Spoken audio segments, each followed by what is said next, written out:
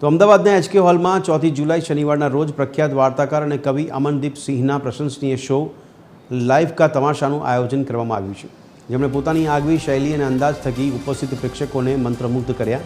વિકાસ જોશી અને કોશા શાહ આયોજિત આ કાર્યક્રમને જબરદસ્ત પ્રતિસાદ મળ્યો છે.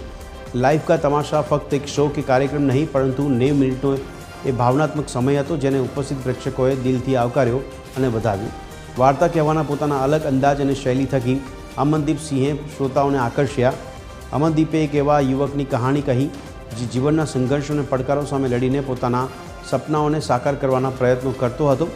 જીવનના અનુભવો અને હકીકત સાથે સંકળાયેલી ઘટનાઓથી પ્રેરિત આ પરફોર્મન્સમાં સપના, સંઘર્ષ, આશાઓ, સંબંધો અને પોતાના પરના આત્મવિશ્વાસ જેવા વિષયોને તેમણે કહાણીમાં વર્ણવ્યા, જેણે પ્રેક્ષકો પર ઊંડો પ્રભાવ પાડ્યો છે. શનિવારની સાંજની સૌથી હૃદયસ્પર્શી હાઇલાઇટ્સમાંની એક ખ્વાબો કા પિટારા નામની એક અનોખી ઇન્ટરેક્ટિવ પહેલ કરી હતી.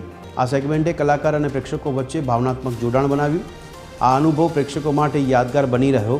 તો વાર્તાની તાકાત અને પોતાના સપનાઓનો પીછો કરવાના સાહસથી પ્રેરાઈને પ્રેક્ષકોએ હોલ તો છોડ્યો, પરંતુ હોલ છોડતા પ્રેક્ષકોના ચહેરા પર એક અનોખું સ્મિત રેલાયું હતું.